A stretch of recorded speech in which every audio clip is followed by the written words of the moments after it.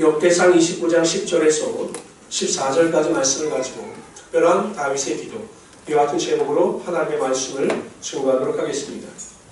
사도 바울이 1차 전도 여행 때 비시디오 안디옥에 이르렀을 때 안식일날 회당에 들어가게 됩니다. 그래서 그 회당장이 사도 바울을 권하여 할 말이 있으면 하라, 이렇게 이야기를 하니 사도 바울이 많은 사람들 앞에서 이스라엘 민족의 역사 가운데 나타났던 하나님의 역사와 구원하심에 대하여 설교를 합니다. 그때 그 내용 중에 하나가 이 내용입니다. 해하시고 다윗을 왕으로 세우시고 증거하여 가라사대 내가 이새의 아들 다윗을 만나니 내 마음에 합한 사람이다. 내 뜻을 다 이루게 하리라 하시더니, 하나님께서 다윗을 향하여 뭐라고 말씀하셨냐면 내 마음에 합한 자다 라고 말씀하셨습니다. 다윗은 하나님의 마음을 시원하게 하고 하나님의 마음을 흡족하게 하는 자였습니다. 여러분, 성경 어디에도 봐도 어떤 개인을 향해서 내 마음에 합한 자다, 이러한 표현을 하나님께서 쓰신 적이 거의 없어요. 거의 다윗이 유일하다고 봐도 무방합니다. 그만큼 다윗은 하나님께 대하여 특별한 자였습니다. 그리고 하나님도 다윗을 특별하게 대하셨습니다. 그래서 그에게 지혜도 주시고 능력도 주시고 권능도 허락하여 주셨습니다. 그가 이스라엘 역사에 본격적으로 나타난 시기는 블레셋과의 전쟁 때입니다. 블레셋의 장군 골리앗, 그를 맞서서 이스라엘 백성들, 사울왕을 비롯하여 이스라엘 백성들이 겁을 먹고 싸우지 못할 때 그 이스라엘 민족을 조롱하고 멸시하는 그 골리앗을 대항하여 물맷돌을 가지고 나와 승리했던 사람이 바로 다윗입니다. 정말 그 믿음이나 행위를 보면 특별한 사람이었습니다. 근데 오늘 본문에 보면 다윗의 기도가 또한 특별합니다. 그 기도는 아마도 다윗의 말년에 기록된 것으로 보입니다. 여러분, 보통 성도들이 드리는 기도는 간구예요. 간구. 우리가 원하는 것을 하나님께 아뢰고 그것을 성취되기를 원하는 것이 일반적인 기도의 내용입니다. 그런데 오늘 본문에 나오는 다윗의 기도를 보면 그러한 내용이 아니라 다른 기도와 비교했을 때 독특한 패턴을 띠고 있습니다. 독특한 내용을 가지고 있고 독특한 패턴을 띠고 있기 때문에 다윗의 기도가 특별한 기도다라고 말할 수 있게 되는 것입니다. 첫 번째로, 다윗은 부와 귀가 주께로 말미암고 하나님께서 모든 사람을 크게 하심과 강하게 하심이 하나님의 주권 아래 있음을 인정하는 기도를 하고 있습니다. 하나님께서 이 세상의 주관자가 되시며 인생의 주인이 되어 주심을 선포하고 있는 것이죠. 그래서 모든 부와 부자가 됨과 귀하게 됨이 하나님께 속해 있음을 인정하고 있습니다. 여러분들 기억하실지 모르지만 수년 전에 광고 중에요, 그런 광고가 있었습니다. 제가 카드회사 광고를 기억하는데 유명한 탤런트가 나와서 여러분 부자 되세요 라고 하는 그 크게 외치는 광고가 있었습니다. 기억하십니까? 네. 그 광고가 공존의 히트를 했는데 사람들의 마음을 자극하는 거죠. 부자가 되고자 하는 게 소망을 자극하는 겁니다. 모든 사람들은 여러분 다 부자가 되기를 원해요. 그러나 여러분 누구나 다 부자가 될 수 있는 것은 아닙니다. 부자가 되기 위해서는 부단한 자기 노력과 자기 절제가 있어야 돼요. 그런데 사람들이 이런 말을 합니다. 100억 부자 있죠? 100억. 100억의 부자는 인간의 노력으로 되는 것이 아니라 하늘이 내는 것이다 라는 말을 해요. 그러니까 엄청난 부자, 사람들이 부러워하는 부자는 개인의 노력과 수고에는 한계가 있다는 것이죠.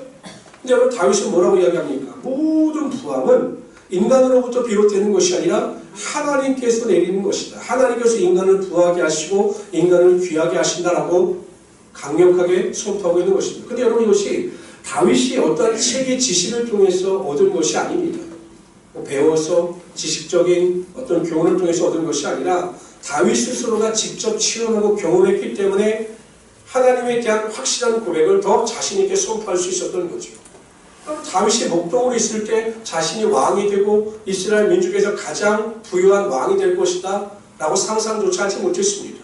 한낱 목동에 불과할 따름이었죠. 그런데 여러분 보세요. 하나님께서 다윗을 택하시고 그를 부하게 하시니 이스라엘 민족의 역사상 가장 위대하고 가장 부한 왕이 될 수가 있었던 것입니다. 사람이 만든 부유함은 무너질 수가 있어요. 여러분, 우리나라의 대우 같은 대그룹이 무너질 것이라고 누가 상상이나 했겠습니까? 그 이전에 여러분 50 시대에는 국제그룹 같은 경우 그게 무너질 것이라고 누가 상상이나 했겠습니까? 우리 경제 흥망성쇠를 보면 수많은 기업들이 탄생했다가 사라지는 이 반복되어지는 역사의 흐름이 있음을 보게 됩니다. 인간이 세운 부는 어느 날 허무하게 무너지고 다 바람과 같이 사라질 때가 많이 있는 것입니다. 그러나 여러분, 하나님께서 우리를 부하게 하시면, 하나님께서 우리를 부유하게 만드시면 세상에 어떠한 사람도 우리의 부유함을 방해할 수가 없게 되는 것이죠. 하나님께서 다윗을 택하시고 그에게 부와 귀를 허락하여 주셨을 때 세상에 어떠한 악한 자도 그것을 무너뜨리지 못했던 것처럼 하나님께서 여러분들을 사랑하셔서 여러분의 삶의 부함을 허락하여 주시면 그 부함이 영원할 것이며 그 부함을 통해서 하나님의 영광이 반드시 나타나게 되는 것입니다. 여러분, 내가 아무리 수고하고 노력한다고 해서 우리가 부함이 될 수 있는 것이 아닙니다. 하나님께서 지혜도 주시고 결단력도 주시고 능력도 주시고 모든 것을 허락하여 주실 때 세상에 줄 수 없는 참된 부와 명예가 여러분 삶 가운데 반드시 나타나게 되는 것입니다. 저는 우리 모든 성도님들이 좀 부자가 됐으면 좋겠어요. 왜 아멘들을 안 하시죠? 부자가 됐으면 좋겠어요. 왜냐하면 정말 예수 잘 믿는 사람들이 부자가 돼서 많은 부를 가지고 좋은 사람들을 위해서 썼으면 좋겠어요. 저는 가장 가슴 아플 때가 무엇이냐면 우리나라 최고의 기업인 S그룹에서 그 원불교회가 어마어마한 돈을 바칩니다. 원불교를 선택해서. 정말 예수 믿는 사람들이 부자가 돼서 그 돈을 가지고 하나님을 위하여 헌신할 수만 있다면 하나님께서 그 부함을 통해서 하나님의 영광이 반드시 나타나게 하여 주신 거죠. 두 번째 오늘 본문에 보면 하나님은 사람을 크게 하신다라고 하였습니다. 요셉은 애굽의 종으로 팔려가요. 그리고 죄인으로 감옥에 갇힙니다. 근데 어느 순간 하나님께서 그를 택하시니 그가 애굽의 총리가 됩니다. 하나님께서 사용하시고자 하니 애굽에서 가장 위대한 인물이 됩니다. 이처럼 하나님이 높이시면 낮출 자가 없습니다. 하나님께서 높이시면 절대로 세상은 그 사람을 낮출 수가 없는 것입니다. 직장 생활할 때 여러분 걱정하지 마십시오. 하나님께 붙잡힌 바가 돼서 하나님께서 높아주시면 우리를 해할 자가 없는 것이죠. 사업을 할 때도 마찬가지입니다. 하나님께서 우리를 높여주시면 우리를 낮출 자가 없는 것입니다. 그러나 믿음의 능력을 가지고 승리하며 살아가시는 우리 귀한 성도들 되시기를 주님으로 축원합니다. 세 번째, 하나님은 사람을 강하게 하시는 분이십니다. 하나님께서 미디안의 압제에서 이스라엘 민족을 구원하시기 위하여 사사 기도원을 택하셔요. 근데 여러분, 이 기도원은 정말 사상주의 자격이 없는 사람이었습니다. 첫째, 겁쟁이였습니다. 얼마나 겁이 많았느냐면 그 밀을 빻아야 하는데 미디안 사람들이 그 밀 빻는 소리를 듣고 와서 그 밀을 빼앗아 갈까봐 포도주 틀에서 밀을 조용하게 빻을 정도로 아주 겁이 많은 사람이었습니다. 더군다나 하나님께서 그를 택하시고 부르셔요. 근데 그걸 못 믿습니다. 뭐라고 이야기하냐면 하나님, 정말 하나님께서 나를 택하셨으면 표적을 보여주십시오. 내가 양털을 갖다 놓을 테니 그 양털 주변에는 이슬이 내리지 않고 양털에만 이슬이 내리게 해주십시오라고 기도합니다. 하나님께서 그렇게 해주셔요. 그럼 믿고 나가야 되는 것 아니겠습니까? 또 이야기합니다. 하나님, 이번에는 양털 말고 주변에만 이슬이 내리게 해주십시오라고 부탁을 합니다. 하나님께서 그냥 해주셔요. 얼마나 의심이 많은 사람입니까? 인간의 관점으로 보면 정말 나약하고 보잘것없는 사람입니다. 근데 여러분 보세요. 하나님께서 그를 택하시고 그를 붙잡아 주시니 하나님께서 그에게 강함을 허락하여 주시니 300명의 용사를 가지고 미디안 군사 13만 5천 명을 물리치는 하나님의 능력이 나타나게 하여 주신 것입니다. 여러분, 하나님께서 함께 하시면 아무리 연약하고 부족한 자다 할지라도 강하게 하여 주시고 높여주시고 하나님의 권세와 능력이 나타나게 하여 주시는 것입니다. 자꾸 우리가 살아온 환경을 생각하고 내 뒷배경을 생각하고 내 능력을 생각하면 보잘것없지요. 내가 할 수 있는 것이 아무것도 없습니다. 그러나 하나님께서 여러분들 한 사람 한 사람을 붙잡아 주시고 강하게 하시면 세상이 여러분을 감당치 못하게 될 것이며 하나님의 은혜와 능력이 반드시 여러분 삶 가운데 임하게 하여 주시는 것입니다. 낙심하지 마시고 절망하지 마시고 슬퍼하지 마십시오. 하나님께서 우리를 강하게 하시면 우리에게 능치 못할 능력이 반드시 나타나게 하여 주시는 거죠. 성경은 이렇게 말씀하십니다. 다 같이 읽어봅시다. 로마서 8장 31절입니다. 시작. 그런즉 이 일에 대하여 우리가 무슨 말하리요? 만일 하나님이 우리를 위하시면 누가 우리를 대적하리요? 하나님이 우리를 위하시면 어느 누구도 우리를 대적할 수가 없습니다. 아무리 악한 사단이라 할지라도 우리를 만질 수조차 없다라고 요한일서에서 분명히 말씀하고 있죠. 여러분, 반드시 하나님께서 여러분들을 강하게 하십니다. 능력자로 세워주십니다. 믿음의 권세로 승리케 하여 주실 것입니다. 그런 믿음을 가지고 당당히 승리하며 살아가시는 하나님의 귀한 성도들이 되시기를 주님으로 축원합니다. 두 번째로요, 다윗은 하나님께 대하여 자신과 백성들이 하나님께 대하여 드릴 수 있는 것에 대하여 감사하는 기도를 드리고 있습니다. 그러니까 자신과 이스라엘 백성들이 하나님께 제물을 드리고 헌물을 드리는 것에 대하여 감사하는 기도를 드리고 있습니다. 다 같이 읽어봅시다. 14절입니다. 시작. 나와 내 백성이 무엇이기에 이처럼 즐거운 마음으로 드리니 있었나이까. 모든 것이 주께로 말미암아 싸우니 우리가 주의 손에서 받은 것으로 주께 드렸을 뿐입니다. 17절도 이렇게 말씀하시죠. 시작. 나의 하나님이여 주께서 마음을 감찰하시고 정직을 기뻐하시는 줄을 내가 알아이다. 내가 정직한 마음으로 이 모든 것을 즐거이 드렸사오니 이제 내가 또 여기 있는 주의 백성이 주께 자원하여 드리는 것을 보니 심히 다윗은 자신과 자신의 백성들이 하나님께 드리는 것을 감사하고 기뻐한다라고 기도합니다. 참 독특한 기도예요. 그래서 특별한 기도입니다.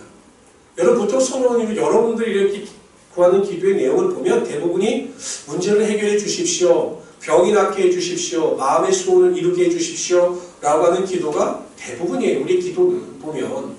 저는 이걸 민원기도라고 합니다. 민원기도. 요즘에 보면 시청에 민원 넣듯이 이거 해주세요. 이거 해주세요. 민원 넣듯이 하나님께 요구하고 원하는 기도가 우리의 기도의 대부분을 차지해요. 근데 제가 이게 나쁘다고 하는 의미는 아닙니다. 이런 기도 필요하지요. 왜냐하면 하나님께서 구하라고 말씀하셨기 때문에 이런 기도는 필요합니다. 그러나 균형을 이룰 수 있어야 되는 거죠. 우리가 간구하고 구하는 것만큼 하나님께 대한 감사의 기도를 절대로 잊지 말아야 합니다. 근데 여쭤봅시다. 여러분 어떨 때 감사 기도하세요? 보통 잘 될 때, 그렇죠? 뭔가 마음의 소원이 이루어졌을 때, 기도했더니 로또가 맞았을 때, 뭐 이럴 때 감사하죠. 그러니까 우리가 보면 무엇이 이루어졌을 때 하나님께 감사하는 게, 다윗은 무엇을 감사하느냐? 내가 하나님께 대하여 드린 것을 감사합니다. 이상하죠. 내가 하나님께 드릴 수 있었던 것에 대해서 감사합니다. 우리가 생각하는 감사는 거의 180도입니다. 그런데 왜 이 다윗이 자신과 자신의 백성들이 하나님께 드린 것에 대하여 감사할 수 있었는가에 대하여 고백하기를 14절에 보면 이렇게 고백합니다. 우리가 주의 손으로 받은 것으로 주께 드렸을 뿐입니다. 무엇입니까? 하나님, 우리가 하나님께 드린 것은 우리 게 아닙니다. 하나님께서 우리에게 주신 것, 누리라고 주신 것을 우리가 다 누리고 그 나머지를 하나님께 드릴 수 있사오니 이것 또한 얼마나 감사한 일입니까? 라고 고백하고 있는 것이죠. 여러분 예수님 때나 우리가 살아가고 있는 이 때나 항상 믿음을 방해하는 것은 물질이에요. 물질. 예수님께서도 뭐라고 말씀하셨냐면 물질과 재물과 보물과 하나님을 겸하여 섬길 수 없다라고 분명히 말씀하셨습니다. 근데 이 시대도 마찬가지죠. 우리가 물질에 대해서 많이 인색하는 것이 사실입니다. 목사님들이 이렇게 만나보면 특히 이렇게 젊은 분들 같은 경우는 이 물질에 대해서 굉장히 하나님께 대해서 인색하다라는 말씀들을 다 많이 하셔요. 이게 공통적인 의견들입니다. 그래서 제가 생각해 봤어요. 왜 우리가 하나님께 대하여 인색할까? 왜 하나님께 드린 물질에 대하여 우리가 인색할까? 라고 생각해 봤더니 두 가지 이유가 나오더라고요. 첫 번째는 내 것이라고 생각하기 때문입니다. 내가 가지고 있는 내 재물, 건강, 물질이 다 내 것이다라고 생각하기 때문에 아까운 거예요. 예를 들면 이런 거죠. 우리 동우 형제님. 내가 우리 동우 형제님에게 10억을 줬어요. 뭐 그럴 리 없겠지만. 네. 근데 내가 1억만 다 가지고 9억을 가지라고 한다면 기분이 어떨까요? 좋죠. 왜냐면 목사님이 10억을 주시고 1억만 달라고 했으니까 좋겠지요. 감사하겠죠. 네. 1억은 문제가 되지 않습니다. 그런데 동우 형제가 10억을 벌었습니다. 내 거라고 생각을 해요. 근데 내가 1억을 달라고 하면 기분이 어떨까요? 내가 오늘 본인 걸 달라고 하면 기분이 좋아요? 그래요? 동우 형제는 이상한 형제고 아마 대부분 사람은 아니 목사님 나한테 1억을 달라고 그러지? 목사님 이상한 거 아니야? 라고 떠나갑니다. 보통 사람들이 그래요. 그러니까 왜 우리가 하나님께 드리는 것이 인색하냐? 내 건강과 물질과 시간을 다 하나님께 허락하여 주셔서 내가 가지고 있는 재물이나 모든 것이 하나님의 것이다 라고 생각하면 하나님의 것을 하나님께 드린다고 생각할 때 전혀 아까울 것이 없지. 그러나 대부분의 사람들은 내가 노력해서 얻은 물질이기 때문에 내 것이라고 생각합니다. 그러니 하나님께 드리는 것이 아깝지 않겠습니까? 여러분 생각해 보십시오. 하나님이 여러분들에게 건강 허락하지 아니하시면 여러분들이 경제활동 어떻게 하겠습니까? 여러분들 하는 모든 일상 가운데 하나님께서 함께 문을 열어주시지 아니하시면 여러분들이 어떻게 수익을 얻을 수 있겠습니까? 저는 성경에 나와 있지만 이름이 밝혀지지 않았지만 굉장히 믿음이 좋았던 사람 중에 하나가 누구냐고 생각하냐면 그 예수님께 나귀와 나귀 새끼를 드린 사람입니다. 예수님께서 그 감난산 벳바게라고 하는 지역에서 이게 여러분 그 예루살렘과 감난산은 이게 마주보고 서 있어요. 그리고 깊은 계곡이 이렇게 파여 있습니다. 그러니까 이 예루살렘에서 감난산까지 가려면 이렇게 계곡을 갖춰서 가야 돼요. 예수님께서 말씀하시죠. 건너편 동네에 가서 어느 집에 들어가서 나귀와 나귀 새끼를 풀어가지고 와라.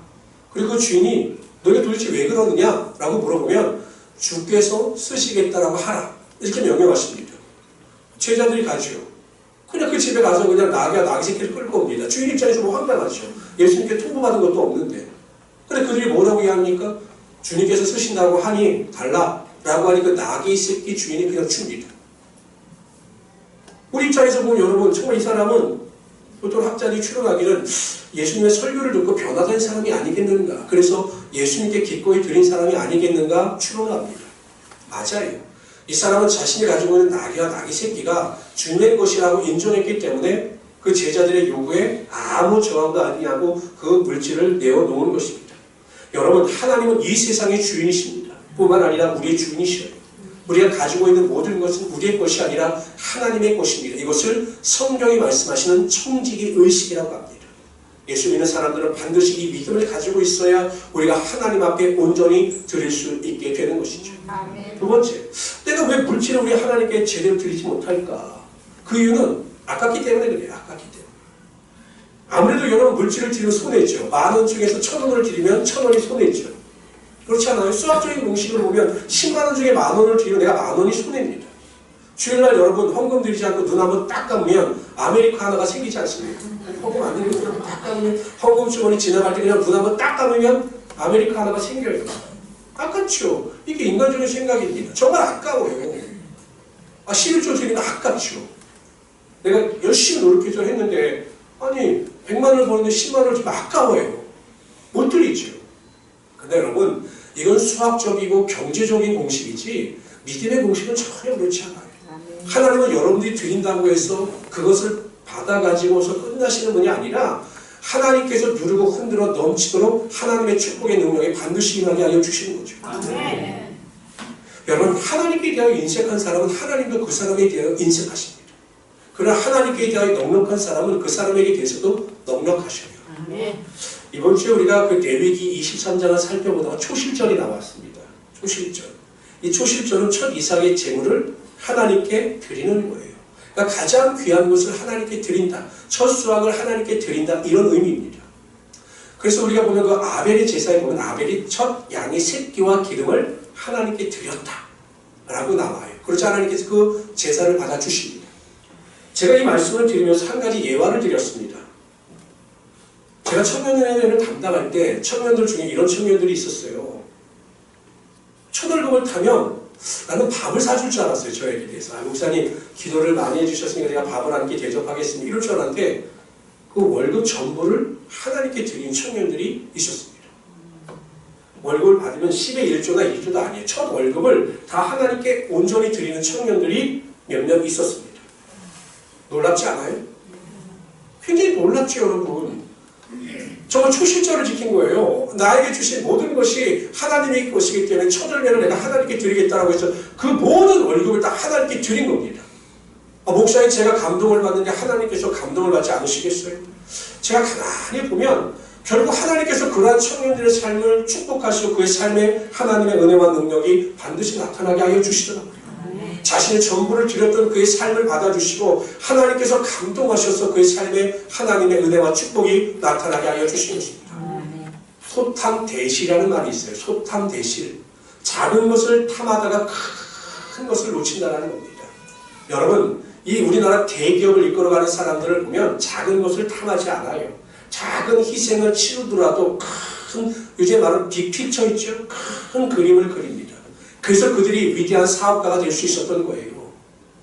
마찬가지입니다. 여러분 하나님께 드리는 작은 것이에요. 어찌 보면 그 작은 것에 대한 욕심을 내서 하나님께 드리지 못하다가 하나님의 큰 축복이라고 하는 큰 것을 놓치지 말라는 것이죠. 우리가 힘에 닿는 대로 하나님께 감사함으로 넉넉히 드릴 때 하나님께서는 반드시 여러분의 삶에 하나님의 은혜와 축복의 능력이 나타나게 하여 주실 것입니다.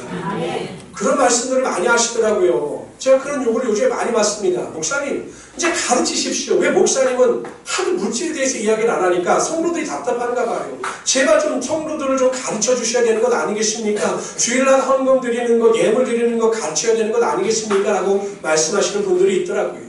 저는 여러분들을 위해서 말씀드리는 겁니다. 정말 제가 초기에도 말씀드렸듯이 우리 모든 성도님들이 하나님께 축복받는 삶을 살기를 바랍니다. 하나님께 바로 서서 하나님의 능력을 가지고 하나님께 넉넉히 드림으로 인정받으시고 다윗처럼 하나님의 부활과 귀함을 체험하며 살아가시는 하나님의 귀한 소를 되시기를 주님으로 축원합니다. 세 번째로요. 다윗은 자신의 아들 솔로몬이 하나님 앞에 바로 서기를 기도하고 있습니다. 제가 이것은 일부러 PPT를 준비 안 했습니다. 우리 성경을 보고 읽읍시다. 19절 다 같이 읽어봅시다. 있습니다. 시작. 또 내 아들 솔로몬에게 정성된 마음을 주사 주의 계명과 권면과 율례를 지켜 이 모든 일을 행하게 하시고 내가 위하여 준비한 것으로 성전을 건축하게 하옵소서 하였더라. 정성된 마음을 달라고 기도합니다. 이게 히브리어로 순전한 마음이에요. 하나님만을 생각하고 살아가는 마음을 달라고 기도하는 것입니다. 두 번째는 계명과 권면과 율례를 지키게 해달라고 기도합니다. 하나님의 말씀에 순종할 수 있게 해달라고 기도하는 것입니다. 세 번째는 성전 건축을 할 수 있게 해달라고 기도하는 것입니다. 다윗이 성전 건축을 하는 것이 소원이었으나 하나님께서 그것을 원치 않는 하심으로 솔로몬을 위하여 준비했는데 그 거룩한 일에 동참할 수 있게 해달라고 기도하는 것입니다. 여러분 보세요. 다윗은 솔로몬이 왕이 돼서 나라를 잘 다스릴 수 있게 해달라, 그게 지혜와 능력을 달라, 이거 기도하지 않았습니다. 하나님 앞에 바로 서서 믿음을 가지고 행할 수 있는 자녀가 될 수 있게 해달라고 기도하는 것이죠. 보통 부모들도 이런 기도를 합니다. 하나님 우리 자녀에게 지혜를 주시고 우리 손자들에게 믿음을 주십시오라고 하는 기도를 하는데 그 기도 가운데 꼭 플러스가 되는 것이 우리 자녀들을 인정받게 하시고 우리 자녀들이 좋은 길, 풍족한 길을 걸어가게 해주십시오라고 하는 기도를 할 때가 많이 있습니다.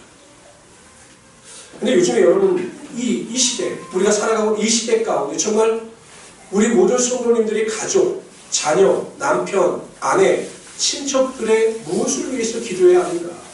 과연 여러분 우리가 가족들의 무엇을 위하여 기도해야 하는가에 대한 올바른 지식과 결단이 있어야 하는 겁니다. 저는 요즘에 목사님들과 대화를 나누면서 깜짝깜짝 놀랄 때가 많이 있어요. 목사님 자녀인데요. 술고래예요. 그 목사님이 그 교회 사택 안에 사시는데 그 딸이 새벽까지 술을 먹고 들어오는 거예요. 그거 어떻게 합니까? 어떻게 할 수가 없는 거죠. 딸이니까. 그것 때문에 목사님이 너무 가슴앓이라는 겁니다. 목사님의 아들인데요. 교회를 안 나가요. 아버지 교회도 안 나와요. 믿음이 없는 거예요. 예수 믿는 게 창피하다는 겁니다. 이런 목사님들도 있습니다. 이번에도 여러분 인천에서 보십시오. 목사 아들인데 성추행하지 않았습니까? 도로민 폭력이라고 해서. 수많은 그 상처를 주고 아픔을 줬습니다. 교회 다니면 안수집사라고 하는데 세상 사람들보다 더 악해요. 제가 아는 분인데 난 이분이 교회 다닌다고 깜짝 놀랐습니다. 거짓말하고 사기치고 뭐 술, 담배는 뭐 세상 사람들을 좋아하는데 안수집사라는 거예요. 교회는 다닌다고 하는데 여러분 믿음 없는 사람들이 너무 많습니다. 교회 다닌다고 하는데 믿음의 진리 가운데 바로 서지 못한 자들이 너무나 많습니다. 입술로는 주여 주여 하는데 하나님의 말씀대로 살지 못하는 교인들이 너무 많습니다. 주의를 거룩하게 생각하지 못하고 자신의 취미생활 활동을 우선시하는 사람들이 너무나 많습니다. 그런데 교인이 돼요. 제가 이것을 생각할 때마다 느끼는 것이 무엇이냐? 정말 우리가 가슴을 찌는 기도가 있어야 합니다. 가족들의 믿음을 위하여 온전한 믿음에 바로 설 수 있도록 부모는 자녀들을 위하여 기도할 수 있어야 되는 것이고 남편과 아내는 서로를 위하여 기도할 수 있어야 하는 것입니다. 솔로몬을 위하여 그 믿음을 위하여 다윗이 간절히 기도했던 것처럼 여러분 정말 이 시대에 우리 가족들이 온전히 믿음을 지켜서 하나님 앞에 바로 설 수 있도록 믿음 안에서 바른 길을 걸어갈 수 있도록 매일 눈물로 기도할 수 있는 우리 성도들이 되시기를 주님으로 축원합니다. 다른 거 중요하지 않아요. 정말 믿음을 지켜 구원을 얻는 것이 이 시대에 가장 중요한 것입니다. 한 사람도 예외가 될 수는 없습니다. 구원에 대해서는 여러분 철저해야 합니다. 단지 교회 다니는 것만으로 우리가 구원을 받았다 안심할 것이 아니다라는 거예요. 교회 다니는 건 교인입니다. 구원받은 사람들은 성도입니다. 예수 그리스도의 보혈의 십자가 은혜와 능력 앞에 바로 서서 예배를 귀히 여기고 하나님 앞에 올바로 살고자 하는 그 믿음의 몸부림이 있을 때 성도로서의 합당한 삶을 살아간다라고 하나님께서 인정할 수 있는 것이죠. 그래서 여러분, 이 마지막 때 정말 내 사랑하는 가족들, 자녀들을 위해서, 남편들을 위해서, 아내들을 위해서, 친척들을 위해서 눈물을 흘리며 기도하셔서 모든 가족들의 믿음 안에서 바른 길을 걸어갈 수 있도록, 올바른 길을 걸어갈 수 있도록 인도하시는 우리 귀한 성도들 되시기를 주님으로 축원합니다. 이 세상에서 여러분 가장 성공한 사람은 하나님께 인정을 받는 사람입니다. 하나님께서 다윗처럼 특별하게 생각하는 사람이 이 세상에서 가장 성공한 사람입니다. 많은 명예와 부귀와 영화를 얻었다고 할지라도 하나님이 인정하시지 아니하시는 그 인생은 실패한 인생입니다.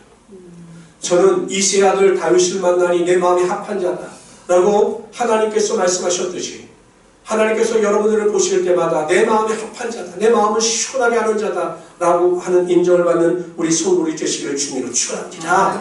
그래서 첫 번째, 모든 부와 기와 크게 하심과 강하게 하심이 나에게 있는 것이 아니라 하나님께 있음을 인정하시고 하나님 말씀 가운데 절대로 순종하시며 믿음의 경주 가운데 승리하시는 우리 성도들이 되시기를 바랍니다. 두 번째, 모든 소유는 하나님께 속해 있음을 인정하시고 하나님 앞에 넉넉함으로 드림으로 그 하나님의 마음을 감동시켜 하나님의 물질의 축복을 누릴 수 있는 하나님의 귀한 성도들이 되시기를 주님으로 축원합니다. 세 번째, 우리 가족의 믿음을 위해서 기도하십시오. 정말 가족의 믿음을 위해서 예배를 생명과 같이 여길 수 있는 믿음을 가질 수 있게 해달라고 기도하시는 우리 성도들이 되시기를 바랍니다. 하나님의 말씀에 순종함에 있어서는 자신의 모든 것을 내려놓을 수 있는 믿음의 가족들이 될 수 있게 해달라고 기도해 주시길 바랍니다. 이 험악한 세상을 살아갈 때 하나님을 나의 삶의 목자로 인정하게 하시고 그 인도하심 가운데 순종하는 자녀들이 될 수 있게 해달라고 기도하심으로 우리 하나님께서 인정하시는 믿음의 권속들이 되시기를 다시 한번 주님으로 축원합니다. 기도합시다.